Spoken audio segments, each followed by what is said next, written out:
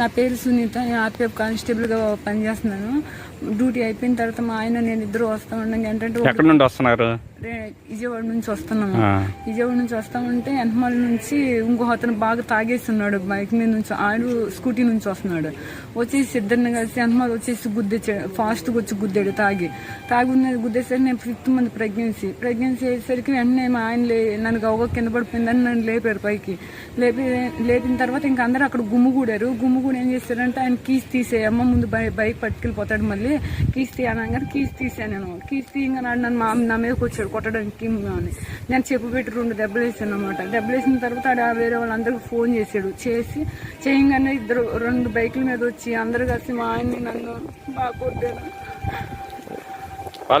ఎప్పుడు చూడలేదండి వాళ్ళు.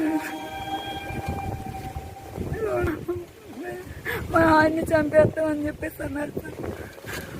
2 బైకుల మీద వచ్చారు. అసలు నేను ప్రెగ్నెన్సీ అంత ఆపినగా నాకు నన్ను తోసేసి మా ఆయన చంపడానికి వెళ్ళిపోయారు. ఈలోపు ఇంకా అక్కడ ఉన్న జనం అందరూ నన్ను తీసుకొచ్చి పోలీస్ స్టేషన్ కంప్లైంట్కి అమ్మ ఆయన చంపేస్తున్నారు వాళ్ళు అనేసరికి నేను కంప్లైంట్ వచ్చాను. ఈలో పోలీసు వాళ్ళు వచ్చారు అక్కడికి.